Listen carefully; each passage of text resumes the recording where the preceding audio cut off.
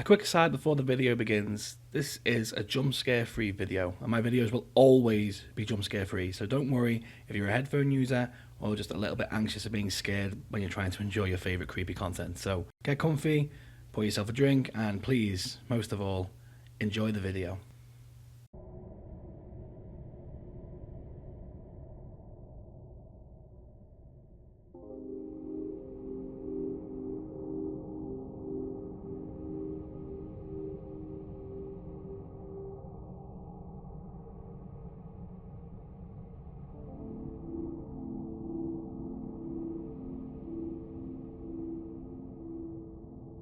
Horror games have been a staple of video games for a good while now, and the horror genre has truly been the centre of some of the most important movements in gaming, even spanning to platforms such as YouTube. PewDiePie, one of the biggest creators himself, actually made his name by playing horror games, not to forget Slender, The 8 Pages, and Five Nights at Freddy's, which are two of the biggest horror games to come out in the last 20 years. They caused huge hype, hundreds of videos, and a swarm of fans who still swear by these games today. But of course, with everything great, there has to be a beginning. So, where is that for horror games? Well, let's get into that. So first, the question we have to address is, of course, what exactly is a horror game? What falls under this category? Well, the exact description of a horror game is as follows. A horror game is a video game genre centered on horror fiction and typically designed to scare the player. So really, the bar isn't set in one specific place. Anything that's intended to scare the player, as it quoted, would then fall into the category of a horror game. And in order to see where it all began, we've got to go all the way back to 1972, when the Magnavox Odyssey was the video game console that people were playing. It was actually the very first video game home console, and in terms of what we call a game console now, this was, well, it was a bit of a stretch. The console would display certain pixels on the screen based on what game you were trying to play, and with the console came these sticker screens that you put on your TV, and the screen alongside the pixels would sort of create a light pattern that would then create the illusion of what you'd call a game. It could be a game of tennis, a battlefield. There was a few others, but the one we're going to look at here is the haunted house screen. This was one of the screens that came with the Magnavox. The light would illuminate hidden faces, ghosts, and other ghoulish secrets with the intent, and this is where we hit the gold, to scare the player. So we could easily see this was the first attempt at horror within a game, if you won't even want to call it a video game. Although by today's standards, I've probably had scarier farts than this. At the time though, this was the scariest thing you'd get. Home consoles were expensive back in 1972, so a lot of kids still had to scratch their video game itch, but where would they do that exactly? Well, the arcade of course. Even I have some fond memories of playing some games in the arcade, especially that Alien game with the light rifle, if you remember that, as well as the House of the Dead games. They were some of my favourites. But in 1972, a game was released in arcades which had a lot more going for it than the poor Magnavox, and that game was called Killer Shark, a first-person electromechanical shooter arcade game that was published by Sega in 1972. The objective of the game is for the player to repeatedly shoot the approaching sharks.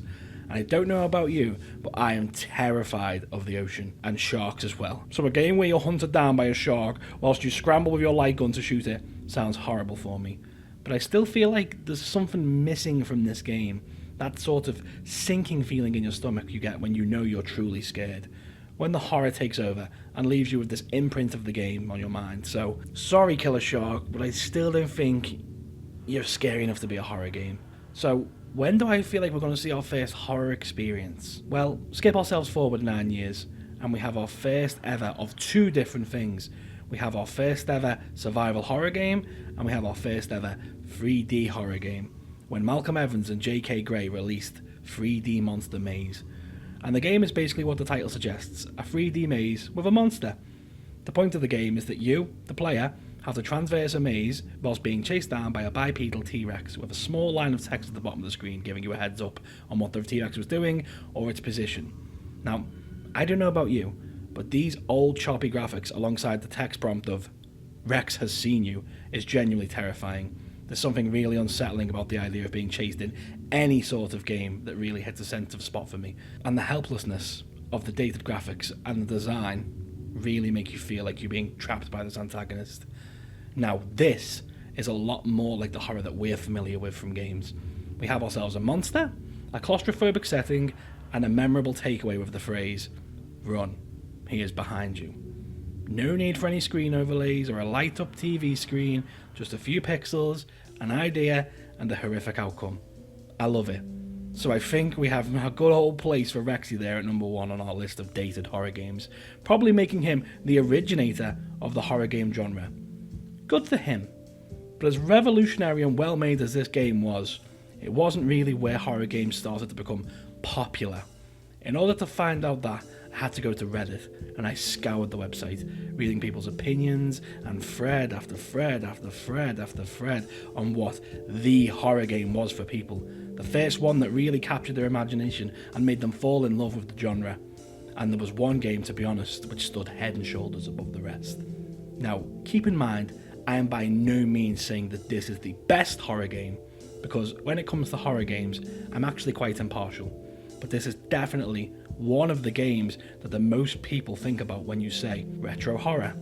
So much that even today these games are still being made, and each one still makes its way to the top of almost every video game chart when it releases. The game I'm talking about, of course, is Resident Evil. The first Resident Evil game came out in 1996 on the PlayStation, and upon its release, the game was instantly praised for its progress with the genre. By 1997, the game had sold 4 million units and grossed $200 million at the time, and today we're seeing remake after remake of this game, as its presence in the horror genre cannot be denied. I'm sure a good load of you watching today have played or at least know of the game, and I'm sure it will continue to live on for many, many years to come. I mean, why wouldn't it? It's one of the greatest horror games ever made. It basically put the genre on the map. A big full stop. Resident Evil 1. Big mansion, scary dogs. You know the score. So there you have it. And to be honest, I'd like to thank you for taking the time to watch today's video. If you enjoyed it, please be sure to like the video. If you want to see more content like this, make sure to hit the subscribe button on your way out. It's a good way for me to indicate what content that you like and what content is being enjoyed the most.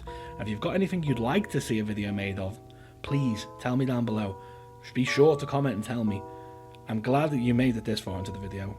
Take it easy, rest plenty, don't be too harsh on yourself, and I will catch you later.